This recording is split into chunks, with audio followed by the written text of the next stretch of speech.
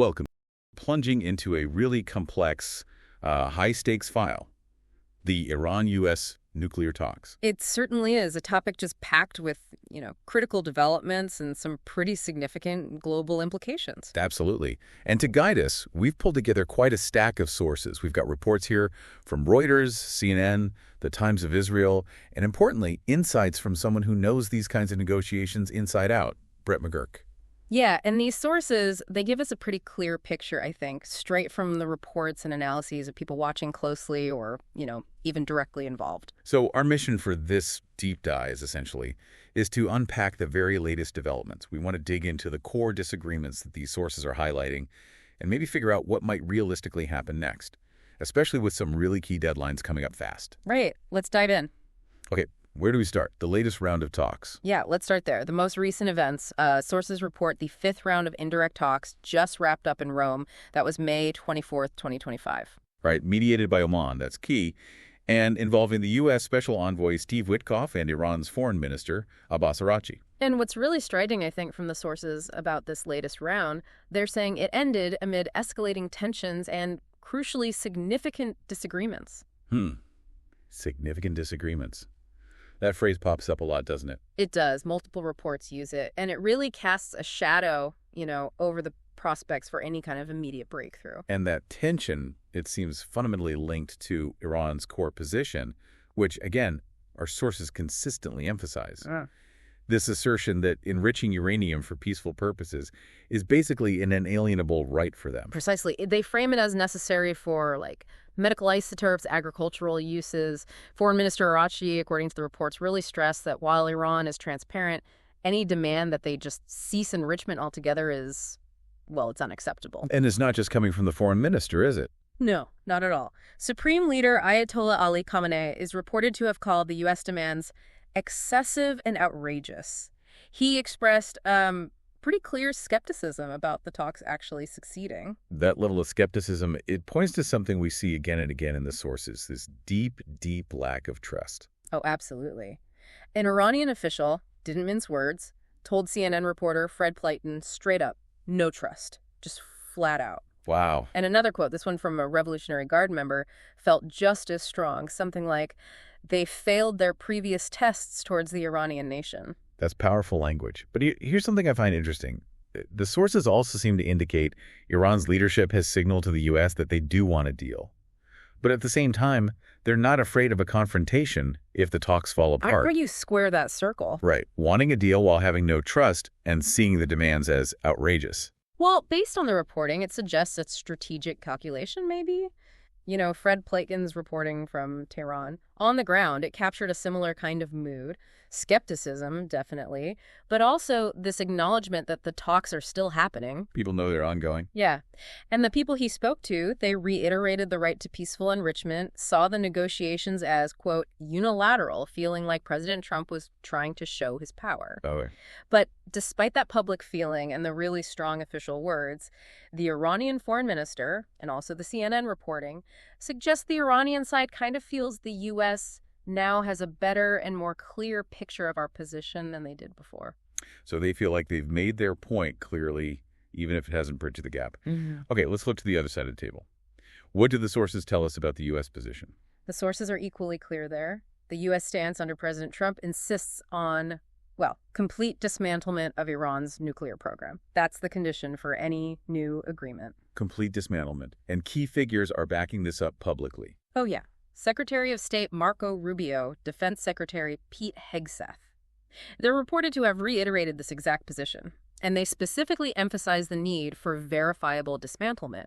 They want to be sure Iran can't develop nuclear weapons. Verifiable, that's the key word there. Definitely. And President Trump himself has reportedly warned, about potential military action if a deal isn't reached. Right, high stakes. Extremely.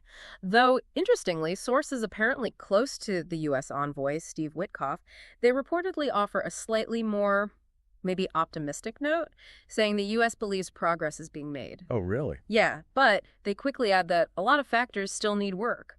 So even on the U.S. side, any optimism seems pretty tempered by the sheer complexity of it all. And of course, these talks aren't happening in a vacuum.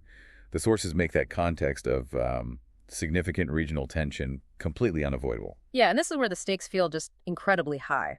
Iran has reportedly warned the U.S. would be legally responsible for any attack on its nuclear sites. That's a direct warning. And the Revolutionary Guards. They've vowed a devastating and decisive response to any Israeli aggression. Very strong language. And we're hearing reports, CNN intelligence sources, I believe, Thank that Israel is preparing for possible strikes against Iranian facilities. Yes, what the sources indicate, yes. And the Iranians interviewed for that CNN report, they conveyed just how severe a response could be if they were attacked. One quote was incredibly stark. It said, if things get serious, quote, there will not be a country named Israel on earth. That just underscores the immense risk of miscalculation here. Absolutely. It's chilling. And adding another layer to this whole regional picture, the sources mention U.S. Envoy Steve Witkoff actually met with Ron Dermer and David Barnea, the Mossad director, on the sidelines in Rome. That's significant. It indicates ongoing coordination, or at least discussion, right, with Israeli officials. The relationship is described in reports as pretty solid, but also having always tension. Tension over what, specifically? Mostly Israel's concern about potential interim deals, or perhaps more importantly, that critical snapback mechanism expiring without securing, that robust dismantlement they want to see. Right. Let's talk about that snapback. Multiple sources are really highlighting October 2025. Calling it an absolutely critical deadline. This is where the timelines get really serious. October 2025, that's when the snapback mechanism, which was part of the original 2015 nuclear deal, the JCPOA, it's set to expire. Okay, let's make sure that's crystal clear for everyone listening. What exactly is the snapback, based on what the sources explain? So the sources explain it as a mechanism that allows any signatory to the original deal, the UK and France get mentioned specifically, to basically unilaterally reinstate all the old UN sanctions on Iran. And they can do this without needing a Security Council vote, which could obviously be blocked. Okay. So it bypasses potential vetoes. Exactly. And Brett McGurk, among others, really emphasizes this is a key piece of leverage against Iran. Why so critical? What does it let them do? Well, according to the analysis, it provides a relatively straightforward path to snap international pressure back on if Iran violates the terms, or perhaps more relevant now, if these talks completely fail. Its expiration basically removes that big stick. Okay. McGurk states, the British and French, they've been pretty firm on this, ready to use snapback if no new deal is reached, which makes these coming months, quote, really critical. And he mentions timing too, right? About when they'd need to act. Yeah, he notes that to actually implement it effectively before it expires in October, the Europeans would realistically need to start that process, maybe as early as the summer. Wow, okay, so the clock is really ticking there. It really is. Which brings us neatly to the expert perspective from Brett McGurk, drawing on all his experience with these Iran talks. What's his take on the current situation? How does he see it playing out?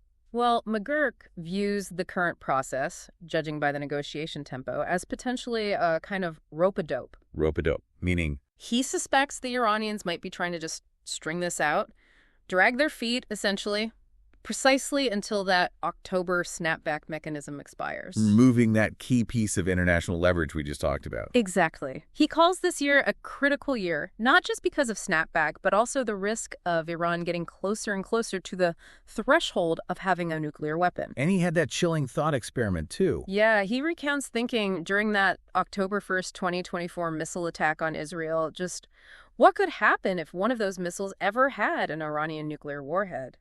Really puts the risk into sharp focus, doesn't it? It absolutely does. Yeah. But here's an interesting contrast in his analysis. McGurk actually argues that, on paper anyway, everything should be lined up for a deal. He believes Iran is actually in the weakest position it has been in decades. Weakest position? How so? What reasons does he give? Well, he points to specifics, right? The economy under sanctions, reports of them losing influence with proxies like Hezbollah, and crucially, those strategic air defenses that the Israelis reportedly took out back in October. Right, so he's arguing that this weakened state should, theoretically, make them more willing to make a deal. That's the logic. However, he says he's a little concerned that they might be being strung along, meaning the U.S. side might be getting played precisely because the negotiation tempo seems way too slow, given how complex everything is now. And the complexity isn't just about the core issue of enrichment anymore, is it? No, absolutely not. McGurk points out that negotiators now have to deal with all the stuff that's happened since President Trump pulled out of the original JCPOA. We're talking about new generations of advanced centrifuges Iran has installed. More efficient ones. Exactly. And also significant stockpiles of highly enriched uranium that have built up. These aren't small details. They require really detailed, time-consuming negotiation, things that weren't on the table back in 2015. So given that slow tempo and the added complexity, what does McGurk argue is needed to actually push things forward effectively before time runs out? He really stresses the need for a credible military threat, a sort of sword of Damocles, as it's sometimes put, and also increasing sanctions pressure. He says this is needed to put teeth on the negotiation process, basically, and stop them from just running out the clock until October. Makes sense. He does add that President Trump's political force in Washington gives him unique leverage to potentially cut a deal. But, and this is crucial, he says, you have to get a good deal, not just any deal. Okay, so let's try and bring all these source insights together. We've got the latest stalled talks, these firm but seemingly contradictory positions from both sides, the high regional tensions, that looming snapback deadline, and this expert analysis suggesting a potential stalling tactic. Yeah. What's the overall outlook presented by the sources we've looked at? Well, I think the main takeaway is just uncertainty prevails. The sources basically conclude the path forward is highly uncertain precisely because those fundamental differences are still so entrenched, especially around the scope of the program, uranium enrichment levels. Yeah, it sounds like the likelihood of getting some kind of comprehensive agreement before that critical October deadline, it seems increasingly remote. That's the kind of language used. That's the sense you get from the reports, yeah. Unless there are significant concessions or some major shift in position from either Tehran or Washington. Yet, despite all that skepticism reported in the sources, both sides are apparently saying they are preparing for the next round of talks. Right. The diplomatic track isn't officially dead, even if it looks pretty challenged right now. Okay, let's just step back for a second. Why should you, listening to this, really care about these complex, indirect talks happening in Rome or Alman? It can feel quite distant. That's a fair question. But this isn't just abstract diplomacy, you know. These negotiations directly impact stability across the Middle East. They affect the very real risk of nuclear proliferation spreading in a really volatile region.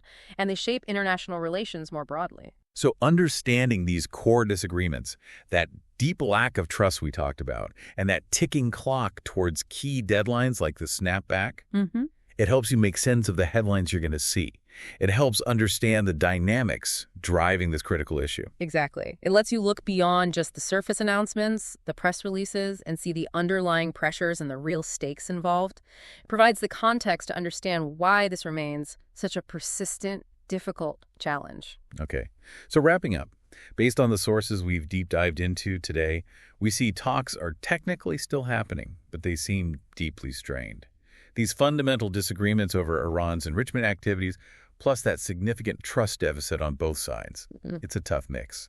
And the clock is clearly ticking towards that crucial October snapback deadline, which, according to the analysis we heard from McGurk, could remove a really key piece of international leverage just as Iran potentially gets closer to a nuclear threshold. It means negotiators face this incredibly complex task, right? They need to bridge not just that core enrichment gap, but also deal with these newer centrifuges, the accumulated stockpiles, all while these regional tensions are running dangerously high, carrying that constant risk of miscalculation we mentioned. So given the firm stances being reported, that deep trust deficit, and the analysis suggesting Iran might just be playing for time until the snapback expires, here's something to think about. Does the current trajectory, as outlined by all these sources, risk leading us somewhere else, perhaps towards a non-diplomatic outcome that neither side explicitly says they want, but they might find themselves kind of edged toward anyway? A sobering thought. Definitely something to keep in mind as these critical months unfold. Thanks for joining us for this deep dive.